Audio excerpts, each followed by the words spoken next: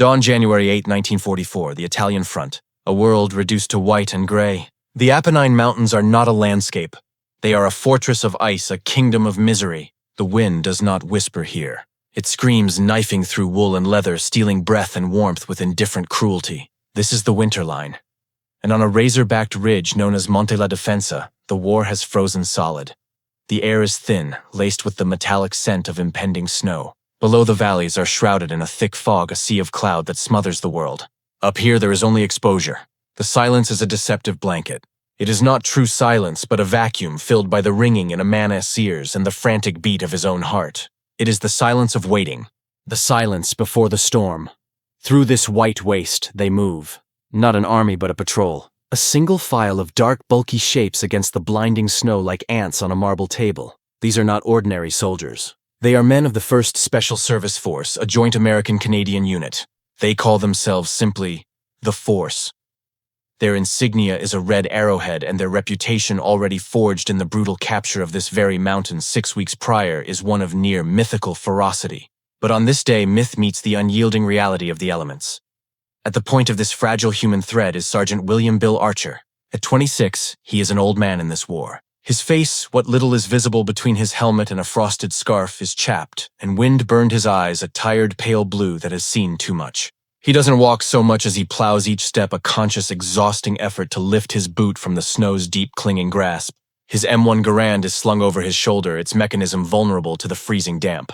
In his hands he cradles a Thompson submachine gun, its weight a familiar comforting burden. His breath plumes out in sharp, ragged gasps, crystallizing instantly on his scarf. He pauses for a moment, one hand resting on the frozen bark of a skeletal tree, its branches heavy with ice. His body screams for rest, but to stop is to invite the cold to seep into the marrow, to let the stiffness set in. He looks back down the line. The men are ghosts. Their uniforms are caked in ice, their movements slow and deliberate. There is no talk. Energy is a currency too precious to spend on words. A simple nod, a meeting of eyes from beneath a helmet rim, that is the language here. It speaks of shared exhaustion, of shared resolve, of a shared unspoken fear. This patrol was not born of aggression, but of necessity. Intelligence, a fickle thing in this war of peaks and shadows, suggested the Germans had fallen back from their advanced positions. The high command needed confirmation. They needed eyes on the next ridge, Monte Remetanea. A simple reconnaissance in force, but in the Alps in January there is no such thing as simple. Bill's mind drifts a dangerous luxury.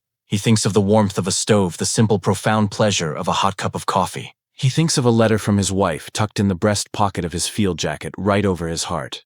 The paper is thin, the ink smudged from sweat and moisture. He has read it 100 times.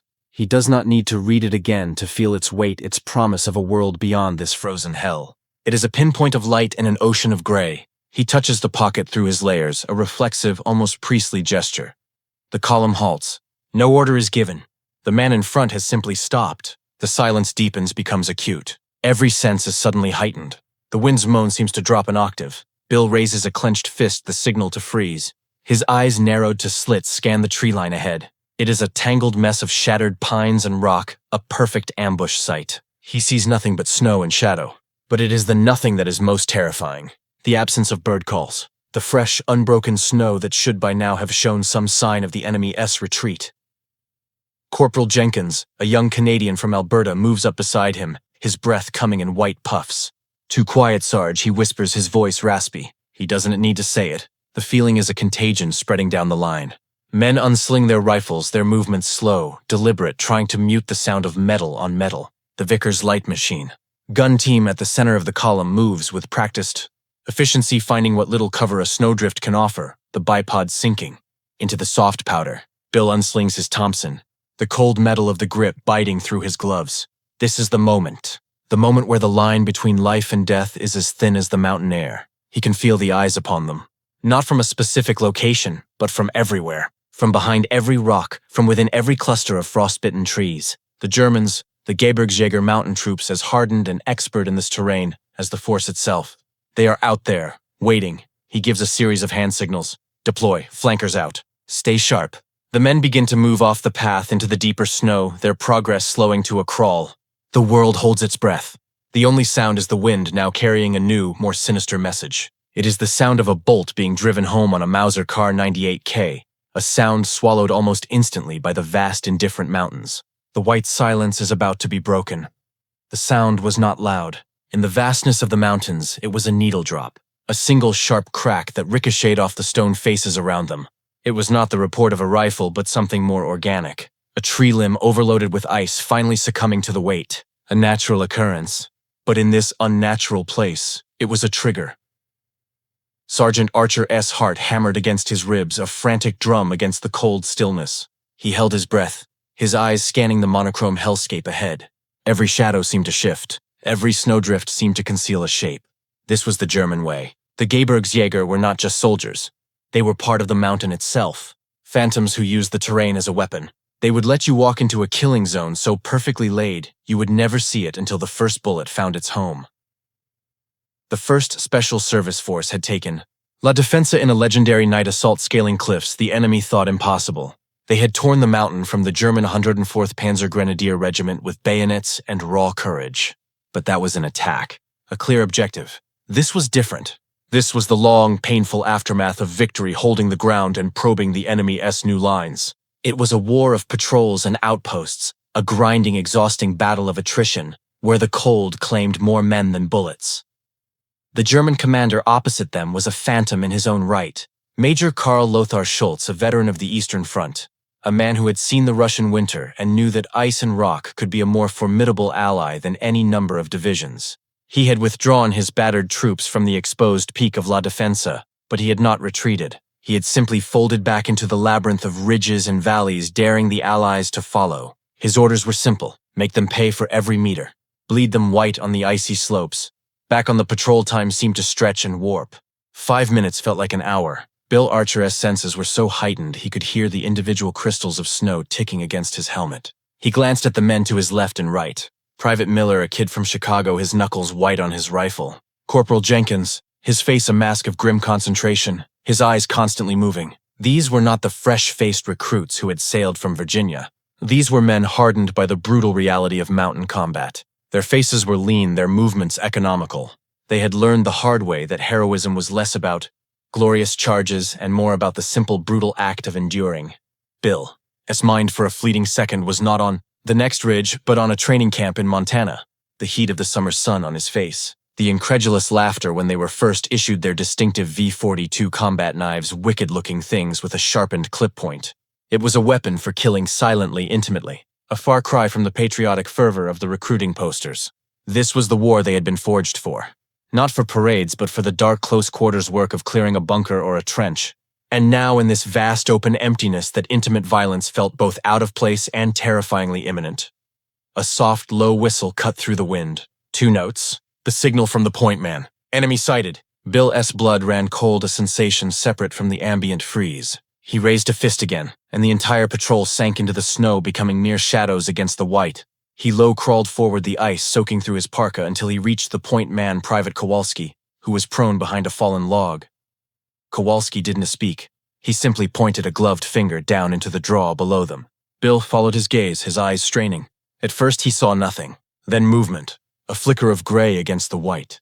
Then another, figures moving with a ghost-like grace along a lower trail partially concealed by the trees. They were perhaps 300 yards away, well out of effective range for the Thompson. They moved not as a cohesive unit, but as scattered points, a skirmish line. A reconnaissance patrol just like their own. The mirror image in the mountain, Bill counted. 8, 10, maybe 15. They were not advancing nor retreating.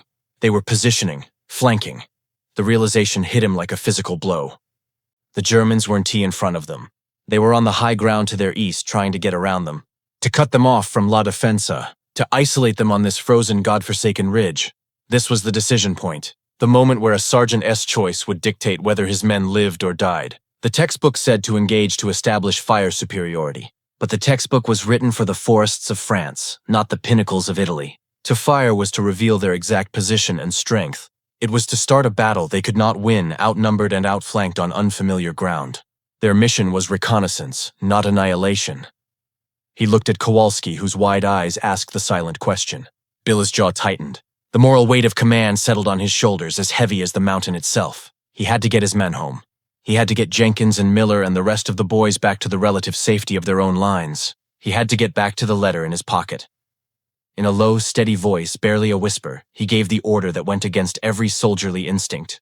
No engagement. Fall back by fire teams. Alternate bounds. Kowalski, you are with me. We'll cover the first withdrawal. Move it. The order was passed down the line in hushed tones. There was no argument, only a silent, grim acknowledgement of the reality. The fight was not here. The fight was now a race against time and terrain. The hunt was on, and they were the prey. Retreat. It is the most difficult maneuver in war. Not a rout, not a panic, but a controlled fighting withdrawal. It is a ballet of violence and discipline where every step backwards must be covered by the unwavering aim of the man behind you. For Sergeant Archer S. Patrol, the dance had begun. The first fire team, led by Corporal Jenkins, rose from their snowy hides and began to move back up the slope. Their bodies low, their movements, a burst of urgent energy. They lunged through the deep powder, each step a battle against the clinging snow, their breath now coming in ragged, visible gasps of exertion. They ran for 30 yards, then 50 before diving behind a rocky outcrop, their rifles snapping up to cover the men they had left behind. Bill Archer and Kowalski remained pressed against the frozen earth. The cold seeped through their clothing, a deep, penetrating ache. Bill S. world narrowed to the slice of terrain in front of his Thompson S sights, the trees below, the distant gray figures. He could feel the presence of the Germans, a palpable pressure. They knew they had been seen. The delicate, silent standoff was over. Now it was a question of who moved first, who fired first. They were moving up the draw. Sarge Kowalski whispered, his cheek welded to the stock of his M1 Garand. Trying to get above us on the left flank. Bill didn't need to look. He could feel the pincer closing. The German tactics were textbook Gebirgsjäger. Fix the enemy with a forward element while the main force maneuvers to the high ground for a killing enfilade. They had to break contact, and they had to do it now. Second team, go! Bill hissed into the frozen air. The next group of men erupted from their positions and began their desperate sprint up the mountain. It was then that the mountain spoke with a German accent. A sharp, authoritative bark, Achtung, was followed instantly by the stuttering roar of a MG-34. The sound was unmistakable, a high-velocity ripping of canvas that tore the silent air to shreds.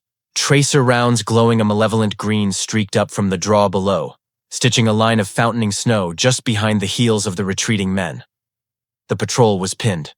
Instinct took over. Training forged in the Montana mountains now found its purpose in the Italian Apennines. The Vickers team set up behind a snow-covered boulder answered immediately. The lighter, faster rat-tat-tat-tat of the Vickers K-gun filled the air, its brass casings glittering as they spun into the snow. The gunner, a quiet man from Oregon named O'Malley, walked his fire along the tree line, forcing the German machine gun crew to keep their heads down. Kowalski, suppressing fire on that rock cluster. 2 o'clock! Bill yelled, his voice now loud, stripped of all secrecy. Kowalski SM-1 Garand spoke its unique language. 8 quick, powerful cracks, the empty clip ejecting with a distinctive ping that was usually a death sentence in a firefight, but now was lost in the storm of noise. Bill added the Thompson S lower throatier chatter, spraying the area where he'd seen muzzle flashes. Snow and rock chips exploded where their rounds impacted. The world dissolved into a chaos of singular, terrifying moments. The zip and crack of incoming rounds.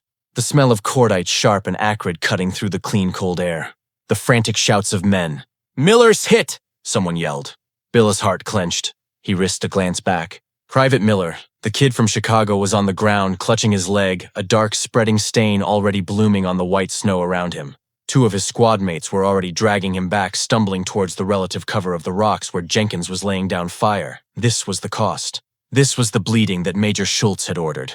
Bill felt a cold fury rising in him, a heat in his gut that fought back the mountain-esque chill. This was his command. These were his men.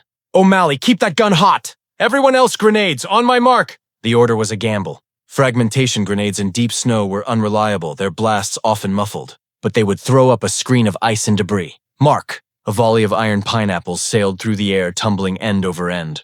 The explosions were a series of deep, percussive thumps, geysers of snow and dirt erupting along the German position. For a few precious seconds, the enemy fire slackened, obscured by the wintry veil.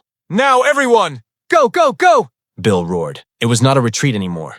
It was a flight, a desperate, scrambling race for life. The remaining men broke from their cover and ran lunging through the snow, their bodies screaming for oxygen in the thin air. Bill and Kowalski fired one last long burst down the slope, then turned and joined the sprint, their legs burning with lactic acid and fear. They reached the rocky outcrop, diving behind it as another burst of MG-34 fire chewed at the stone, above their heads, showering them with rock dust. They were gasping, their lungs on fire. The patrol was together for now. But Miller was wounded, their position was compromised, and the Germans knew exactly where they were. The safest route back was cut off. They were in a trap, and the only way out was up deeper into the frozen, trackless wilderness of Monte Difensa's sister peaks. The hunt was far from over. The safety of their own lines was a mirage, a promise that lay behind them now sealed off by German steel. There was no going back. Sergeant Archer's only choice was to lead his men deeper into the Dragon's jaws, up into the trackless high crags of the Remetanea Massif. It was a decision born of desperation, a gamble against the mountain itself. The patrol scrambled upwards, no longer a disciplined unit, but a group of animals fighting for survival. The elegant fire and maneuver drill was a memory. Now it was pure raw exertion. They clawed at frozen rock with bare hands, their gloves tearing on the sharp stone. They hauled themselves up steep, snow-choked gullies, their muscles burning, their hearts threatening to burst from their chests. The thin air at this altitude was a cruel adversary, offering no sustenance for their starved lungs. Private Miller, the wounded man, was the center of their universe of pain. 2 men supported him, his arms draped over their shoulders, his wounded leg leaving a faint pink trail in the snow. Every jolt, every slip drew a sharp gasp of agony from him, swallowed by the wind. His face was a ghastly white, his eyes wide with shock and pain. "Just leave me," he mumbled, his voice thick. "I am slowing you down." The words were a dagger in Bill's heart. It was the soldier's final offer, the ultimate sacrifice for the unit. Bill gripped Miller's webbing tighter. "Nobody gets left behind." Bill grunted the words, costing him precious breath. "Not on my watch." It was more than an order. It was a creed. The identity of the force was built on this very principle. They were a brotherhood forged in a unique and brutal training separate from the vast impersonal machinery of the army. To abandon a man was to abandon the very thing that made them who they were. Below and to their flank, the hunters pressed on. The Germans, born of the same mountain stock, were just as adept at this grueling terrain. Occasional rifle shots rang out, the bullets whining as they ricocheted off rock faces far below. The Germans were not trying to score a hit at this range. They were hurting them, pushing them higher into the dead ground, into a position from which there could be no escape. They were like wolves patiently driving their prey towards a cliff's edge. Corporal Jenkins, scrambling up beside Bill, his face a mask of exhaustion, voiced the fear they all felt. "Sarge, they were funneling us. There's no cover up ahead. Just the open ridge." Bill didn't answer. He could see it. The tree line was thinning, giving way to a barren, windswept spine of rock. To be caught there was to be slaughtered. He scanned the terrain ahead, his eyes searching for a miracle, for any fold in the earth, any crack in the stone fortress. And then he saw it. Not a path to safety, but a possibility. A dark, narrow fissure in the cliff face, partially obscured by a curtain of ice. A cave, or perhaps just a deep overhang. It was defensible. It was shelter from the biting wind and the enemy's eyes. It was a place to make a stand. There. "That crevice! Move!" he barked, pointing with the barrel of his Thompson. The final 100 yards was a blind sprint across an open slope. They were utterly exposed. The German fire intensified, bullets kicking up spouts of snow around their feet. A man cried out, stumbling but regaining his footing, a near miss. They lunged for the dark opening, tumbling into the cold, damp darkness, one after another, collapsing onto the rocky floor in a heap of panting, terrified humanity. The silence inside was sudden and profound, broken only by their ragged breathing and the moan of the wind at the entrance. The cave was shallow, perhaps 15 feet deep and 10 feet wide, but it was cover. It was a reprieve. Bill immediately began issuing orders, his voice low and steady, forcing a calm he did not feel. "Jenkins, O'Malley, get that Vickers set up at the entrance. Use the rocks for cover. Kowalski, check our ammo. Everyone else get a firing position." "Miller," he said, kneeling beside the wounded man, his tone softening. "Let's have a look." He cut away the blood-soaked trouser leg with his V42 knife. The wound was a clean through and through in the thigh, mercifully missing the bone, but it was bleeding steadily. Bill applied a field dressing, pulling the bandage tight, eliciting a sharp hiss from Miller. "You'll be all right, son," Bill said, a hollow reassurance. He knew the truth. If they couldn't get Miller to a medic soon, infection or blood loss would claim him as surely as any German bullet. He moved to the cave entrance, crouching beside Jenkins. The corporal was peering out, his face grim. "They've stopped shooting, Sarge. They were down there setting up a perimeter. They know they've got us." Bill looked out. The gray-clad figures were visible now, moving with methodical precision. They were digging in, setting up machine gun positions to cover the only approaches. They were in no hurry. They had the high ground, the numbers and time on their side. The patrol was trapped. They had food for a day, water they could melt from snow, and a finite amount of ammunition. The radio, a bulky SCR-536, produced only static when Jenkins tried it. The mountains were blocking the signal. They were alone. The sun was beginning its slow descent, painting the peaks in hues of orange and purple, a beauty that was utterly lost on the men in the cave. The temperature was already plummeting. The battle was over. The siege had begun. The only question that remained was how long they could last in this frozen stone tomb before the cold. The hunger or the Germans finally claimed them. Night fell, and with it a cold so profound it felt like a physical presence in the cave. It seeped from the stone walls, it coiled around their bodies, it stole into their bones with icy fingers. The reprieve from the firefight was over, replaced by a new, more insidious enemy, the waiting. The Germans below had solidified their cordon. They had no need to attack. The mountain and the cold would do their work for them. Inside the shallow fissure, the 12 surviving men huddled together for warmth, their breath pluming in the stagnant air. The world had shrunk to this pocket of darkness, the entrance a frozen rectangle of starlit sky. Private Miller's condition was deteriorating. His breathing was shallow, and a fever had set in his body, shivering uncontrollably despite the pile of parkas laid over him. In the dim light, his face was slick with sweat, his eyes glassy. The wound, while not immediately fatal, was turning septic. Every ragged breath he took was a countdown clock they could all hear. Sergeant Archer moved among his men, a shadow in the gloom. He checked firing positions, redistributed the remaining ammunition, a grim tally of a few clips per rifleman, 3 pans for the Vickers, and 6 magazines for his Thompson. It was enough for one sustained firefight, one last stand. He offered sips of water from a canteen, words of hollow encouragement. Hold fast. They'll come looking for us. He didn't know if it was true.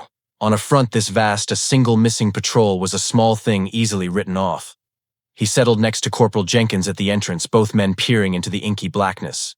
The Germans had lit no fires, but they could sense them out there. A cough, the scuff of a boot on rock, carried with unnatural clarity on the cold, thin air. They were waiting for first light, Sarge Jenkins whispered, his voice raw. Then they'll rush us. Bill nodded slowly, his eyes fixed on the stars. They were impossibly bright, cold pinpricks of light in a void. Maybe. He paused. Or maybe they're waiting for us to try something stupid. The silence stretched between them, filled with the weight of their predicament. Then Jenkins spoke again, his voice barely audible. My daughter, she was born 2 weeks before we shipped out. IV never held her. He didn't look at Bill, his gaze fixed on the enemy below. Just a photograph. She's got my wife's size. Bill said nothing. He reached into his breast pocket, his fingers numb, and pulled out the letter. He didn't need to read it. He just held it, the paper, a fragile talisman against the darkness. He thought of his wife's laugh, the smell of her perfume, the way the sunlight fell across their kitchen table back in Oregon. These were not memories. They were artifacts from a lost civilization, a world of warmth and peace that felt more distant than the stars themselves. This was the true torture of the siege. It was not the fear of death, but the forced intimacy with life, with all the life that waited beyond this frozen mountain. It was the crushing realization of everything that could be lost. The letter, the photograph, the memory of a child's unseen eyes, these were the things that truly under siege. A soft sound from the back of the cave drew Bill's attention. Private Miller was mumbling, delirious. Too cold, Ma. Stoke the fire, would ya? Just a little. The words trailed off into incoherent murmurs. Kowalski, who was sitting beside him, looked up at Bill, his young face etched with a helpless despair. There was nothing any of them could do. They were not just trapped by the enemy. They were trapped by the utter futility of their situation. To move was to die. To stay was to slowly freeze, to starve, to watch their friend succumb to his wounds. Bill made a decision. It was not a decision of tactics, but of spirit. He would not let them die in the dark, consumed by fear and memory. He crawled back from the entrance into the center of the huddled men. O'Malley, he said, his voice low but firm. That harmonica of yours, you still got it? A few of the men looked up, their faces gaunt and shadowed. O'Malley, the machine gunner, nodded slowly, a flicker of confusion in his eyes. He fumbled in his pack and produced a small silver harmonica. Play something, Bill said. Something quiet. O'Malley looked at him for a long moment, then put the instrument to his lips. The first notes were hesitant, wavering in the frozen air. Then they steadied. It was a slow, mournful tune. Home on the range. The melody. A relic of a different America floated through the cave, a fragile human sound against the vast, indifferent silence of the mountains. No one spoke. The men just listened, their heads bowed, their eyes closed. For a few minutes, the cave was no longer a tomb. It was a sanctuary. The music was a thread connecting them not to the war, not to the fear, but to the homes they had left behind, to the people they still were beneath the uniforms and the grime. It was an act of defiance, a declaration that they were still men, not just soldiers waiting to die. As the last note faded, swallowed by the wind, a new sound reached them. faint at the very edge of hearing. A deep rhythmic thrumming far away carried on the night air from the south. It was the sound of artillery, their artillery, the distant rumble of the war, a reminder that the world and their army still existed beyond this frozen ridge. It was no salvation, but it was a sound, and in the absolute silence of their stone prison, it was enough to kindle a single fragile spark of hope. The night was not over, but they had endured. For a few hours more they had endured. Hope is a dangerous currency in a siege. It can be more debilitating than despair. The distant rumble of the guns was a siren's call, a reminder of a world just over the horizon, a world that did not know they were here, trapped and dying in a crack of stone. As the first gray light of January 9th began to bleed into the sky, that fragile spark of hope threatened to flicker and die. Sergeant Archer stood at the cave mouth, his body a single aching shiver. He had not slept. His mind had been a whirlwind of dead ends and impossible calculations. The German perimeter below was now visible in the weak dawn light, a well-dug series of firing positions covering the only viable escape route down the mountain. An assault would be suicide. Waiting was slow death. His eyes, gritty with exhaustion, scanned the eastern slopes the direction of their own lines. The sea of clouds still choked the valleys, isolating them on their frozen island. The radio produced only the same maddening static. Jenkins had tried it on the hour, every hour, his voice growing increasingly hollow as he repeated the call sign into the void. Kingfisher Base. This is Kingfisher Patrol. Do you copy? Over. Silence. Then a sound, different. Not the deep-throated roar of the heavy guns, but something sharper, faster. A staccato pop, pop, pop that echoed faintly between the peaks. Then another. And another. Mortar fire. American mortar fire. It was impacting on a distant ridge, perhaps a mile away, a routine harassment mission. But it was close. Closer than anything they had heard all night. Bill's mind, sluggish with cold, suddenly snapped into focus. The mortars. The radio. They were connected. The SCR-536 handy-talkie was line of sight. The mountains were blocking their signal to the base in the valley, but they weren't trying to reach the base. They needed to reach someone closer. Jenkins! He barked, the sound startling in the tense quiet. The mortar platoon, their OP, the forward observation post. It has to be on Hill 907, that S within range. It has to be! Jenkins' eyes widened, a flicker of understanding cutting through his exhaustion. Hill 907 was another peak in the La Difensa complex held by the 2nd Regiment of the Force. It was a needle in a haystack, but it was a needle. Change the frequency to the 2nd Regiment's tactical net, Bill ordered, his voice tight with a new desperate energy. Now. Jenkins' frozen fingers fumbled with the dials on the radio. The static crackled. He keyed the microphone. Any station, this is Kingfisher Patrol. We are pinned down and requesting immediate support. Does anyone copy? Over, silence. He tried again, his voice rising in pitch. Any station, this is Kingfisher Patrol. We are under siege on the eastern slope of Remetanea. We have wounded. Does anyone read? More static. The men in the cave had all turned their faces gaunt, their eyes fixed on the small black box in Jenkins' hands. This was it, their last cast of the dice, and then a voice. Cracked, distorted by interference, but unmistakably human. Isher Patrol, this is Outpost Delta. Signal weak. Say again your position. Over. A collective sharp intake of breath filled the cave. Men who moments before had been on the verge of collapse were now on their feet, their eyes wide. Jenkins nearly dropped the microphone. Outpost Delta, this is Kingfisher Patrol. We are in a cave eastern slope grid. He fumbled for the map, his hands shaking uncontrollably. Bill snatched the map and microphone. Outpost Delta, this is Sergeant Archer, Kingfisher Patrol. We are approximately 800 yards west of your position on the reverse slope of Remetanea. We are pinned by a German company-sized element. We have one critical wounded. Request artillery fire on the ridge directly east of our position. Can you assist? Over. The pause that followed was an eternity. They could hear faint voices on the other end, a discussion. Then the crackle returned. Archer, we read you. We have your approximate location. We can bring fire, but it will be close. Danger close. You understand? You must mark your position. Over. Mark their position. In the dawn light that was as good as painting a target on their foreheads for every German sniper on the mountain, Bill looked at his men, at Miller lying deathly still, at Kowalski's young hopeful face, at Jenkins waiting for the order. There was no choice. Understood, Outpost Delta. We will mark with smoke. 1 minute. Archer out. He turned to his men. The moment of hope was gone, replaced by the grim reality of their final gamble. Smoke grenade, Bill said, his voice low. We pop it at the entrance. It'll tell the Germans exactly where we are. They'll likely rush us. But it is the only way our O'Malley hefted his Vickers. We'll be ready, Sarge. Bill pulled the pin on the M18 smoke grenade, its spoon flying off with a soft ping. He counted. 1,000, 1,000. He didn't throw it far, just out onto the open slope before the cave entrance. With a loud hiss, a thick, billowing cloud of brilliant yellow-green smoke began to pour forth, caught by the wind and spreading a vibrant, unnatural stain against the white snow. It was a beacon, for friend and foe alike. Almost immediately, the German lines erupted. Shouts of alarm. A storm of rifle and machine gun fire tore into the cave entrance, forcing the men to flatten themselves against the cold stone. The smoke provided concealment, but the Germans knew where it had come from. "Here they come," Kowalski yelled, squeezing off a shot with his Garand. Through the swirling colored smoke, dark figures began to advance, moving from rock to rock using the cover of their own, suppressing fire. The race was on, a race between the falling American shells and the advancing German infantry. The first mortar, round when it came, was not the deep thunder of the heavy guns, but the sharper, closer crump of an 81mm. It landed 100 yards long up on the ridge. A miss, but a sign. "Adjust fire!" Bill screamed into the radio, though he knew they could likely no longer hear him over the din of the firefight. The next salvo was closer. 4 rounds, walking in the explosions, shaking the very ground, sending showers of rock and ice down the slope. One landed directly on a German machine gun nest, silencing it in a flash of orange and black. The advancing German troops hesitated, looking back, their assault broken by the sudden violent rain from their own sky. The American mortars had found the range. The cave was filled with the deafening roar of the impacts, the acrid smell of high explosive mixing with the chemical tang of the smoke.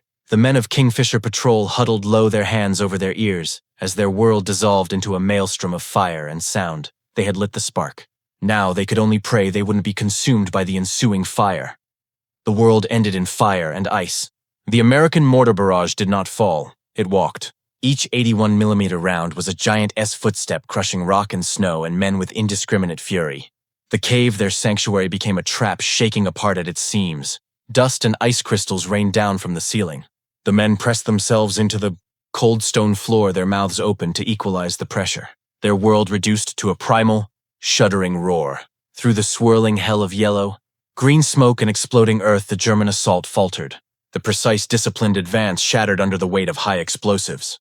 A group of gray-clad figures was thrown backwards like rag dolls. Another was swallowed by a geyser of dirt and snow.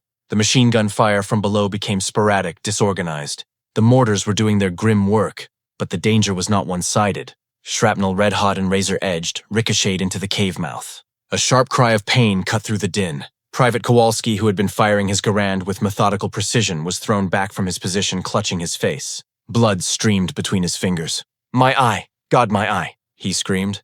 O'Malley, without a word, dragged him back from the entrance, tearing a bandage from his own pack. Sergeant Archer's ears were ringing, the world muffled as if he were underwater. He crawled to the entrance, risking a glance through the smoke. The slope was a churned-up mess of black earth and white snow. The German positions were in disarray. This was their chance. Their only chance. "Jenkins, get on that radio! Tell them to lift fire! Lift fire and shift east, now!" He bellowed, his voice raw. Jenkins, his face pale but determined, keyed the microphone, shouting the order into the static. "Outpost Delta Kingfisher! Lift and shift! I say again, lift and shift fire 100 yards east. We are breaking out!" The response was garbled, but the message got through. The creeping barrage of explosions began to march away from them, stomping its way towards the main German perimeter, keeping their heads down. The immediate front of the cave fell into a sudden eerie quiet, broken only by the moans of the wounded and the crackle of burning debris. "This is it!" Archer yelled, turning to his men. His face was blackened with powder and dirt, his eyes burning with a desperate fire. "We go now. O'Malley, you and Jenkins carry Miller. You've got Kowalski. Everyone else cover us. We run for our lines. We don't stop for anything." There was no time for hesitation, no time for fear. It was a primal sprint for life. They burst from the cave, a ragged, desperate group stumbling into the churned-up killing ground. The cold air, thick with the smells of cordite and blood, was a shock to their lungs. They half ran, half stumbled down the slope away from the cave towards the distant, unseen safety of their own lines. The Germans, stunned but not defeated, recovered quickly. A final vengeful burst of machine gun fire chased them. Bullets kicked at the snow around their feet. A man cried out and fell, clutching his leg, Corporal Jenkins. He waved them on. "Go, Donda, stop!" But they did not leave him. Another soldier, his name lost to the adrenaline, and the chaos hauled Jenkins to his feet, and they kept moving, a three-legged race against death. They plunged into the tree line on the lower slope, the thick pines offering their first real cover since the ordeal began. The German fire became more distant, less accurate. They were breaking contact. For an hour they pushed on, driven by sheer will, their bodies far beyond the point of exhaustion. They did not speak. They simply moved, a single organism fighting for survival. And then through the trees a challenge call. "Halt! Who goes there?" The voice was American. A wave of disbelief, then a relief so profound it was physically painful, washed over them. They stumbled forward, their hands raised, their faces haggard. A squad of forcemen from 2nd Regiment, their red arrowhead patches, a beautiful, glorious sight, emerged from camouflaged positions. The patrol collapsed. They were safe. The aftermath was a blur of hushed voices, stretchers, and canteens of lukewarm water. Medics saw to Miller, to Kowalski, to Jenkins. The dead left behind in the cave, and on the slope were a silent, somber tally. Of the 16 men who had set out, 12 returned. 4 would remain forever on the frozen slopes of Monte Remetanea. Later, in a dugout command post, Sergeant Archer gave his report to a grim-faced major. The words felt hollow, inadequate. He mentioned the German positions, their strength, their tactics, but the words that echoed in his mind were the ones he did not speak. The sound of Miller's delirious mumblings. The look in Kowalski's one good eye. The weight of Jenkins leaning on him as they ran. He walked out of the command post, the letter from his wife still in his pocket. The sun was higher now, but it offered no warmth. He looked back up at the mountain, its peaks serene and impassive as if the night of terror had never happened. The snow had already begun to cover the scars of the bombardment. The mountain would forget. It always did, but he would not. He had learned the true calculus of command. It was not about glory or tactics. It was about the weight of the letters you would have to write, and the faces of the men you carried with you, both the living and the dead, for the rest of your life. The war was a machine that consumed men, and he had just fed 4 of his into its grinding gears. He had brought the rest home. It was not a victory, it was a retrieval. And in the quiet of the new day, the cost of that retrieval settled on his soul, a cold, permanent frost. The world below the mountain was a different kind of war. A war of order and noise, of routines and paperwork. For Sergeant Archer, it was a dissonant symphony. The relative warmth of the valley felt alien, the hot food tasteless in his mouth. He had been debriefed, his wounds superficial cuts, and a deep bone-weary exhaustion had been cleaned. The army had processed him.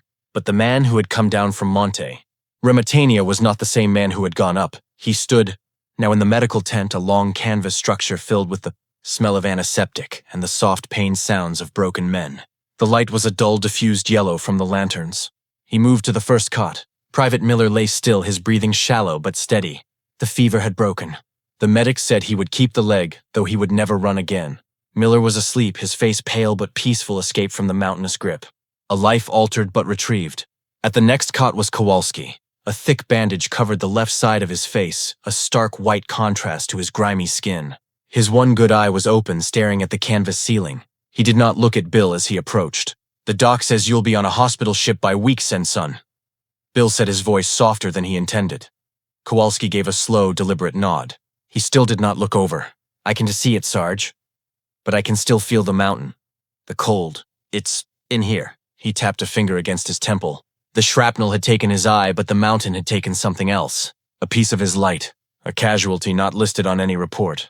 Bill placed a hand on his shoulder, a gesture of comfort that felt woefully inadequate. There were no words for this. No field manual for the wounds inflicted on the spirit. He moved on, the weight on his shoulders growing heavier with each step. Outside he found Corporal Jenkins, smoking a cigarette, his leg propped on a crate. He offered one to Bill. They stood in silence for a long moment, the smoke curling into the cold, gray Italian sky. "They're sending me back to a line company in 2 days," Jenkins said finally, his gaze fixed on the formidable silhouette of the mountains. "Replacement drafts are coming in. Green kids?" Bill just nodded. The machine required fuel. Jenkins, now a hardened veteran, was priceless kindling. There would be no long rest. The war had a demand that could never be met. "I wrote to Miller's mother this morning." Jenkins added the words, hanging in the air like the smoke. "And to Kowalski told them their boys were brave. They were," Bill said, his voice a low rasp. "They all were." He thought of the 4 they had left behind. Their names were now a permanent, silent part of him. He would carry them as surely as he carried the letter in his pocket. They were not statistics in a casualty report. They were the weight of his command. The price of the decisions made in the white silence. Days turned into a week. A new offensive was being planned. The mountains still had to be taken. The war, vast and indifferent, was moving on. Bill was reassigned to a new platoon, his experience too valuable to waste. He stood before them one morning, these new faces, young and unlined, their eyes still bright with a war they had not yet seen. They looked at him, at his worn gear, and his quiet demeanor with a mixture of curiosity and awe. He was a veteran of La Difensa, a legend. He looked back at them and he did not see soldiers. He saw Miller and Kowalski and Jenkins. He saw the boys they had been before the mountain. He saw the letters that would someday be written. His new commander, a fresh-faced captain from the replacement depot, pointed to a map. Our objective is this ridge here. Intelligence suggests light resistance. Bill looked at the map at the familiar contoured lines of another unforgiving peak. He said nothing. He simply nodded. The words of the captain were just noise. He knew the truth. The intelligence was always wrong. The resistance was never light. The mountain did not care. He turned from the map and looked at his new men. He would train them. He would lead them. He would do everything in his power to bring as many of them back as he could. It was the only victory that mattered anymore. Not the taking of a ridge or a hill, but the retrieval of a few more souls from the grinding machine. He walked away from the command tent towards the training ground. The rumble of artillery to the north was a constant reminder. The war was waiting. The mountains were waiting. He adjusted the sling of his Thompson, the weight of familiar and terrible comfort. He had escaped the white silence, but he knew with a certainty as cold as the high-altitude ice that he would have to go back into it. Again and again until the war was done, or he was. There were no more miracles. There was only the next ridge, the next patrol, and the relentless accumulating weight of the snow.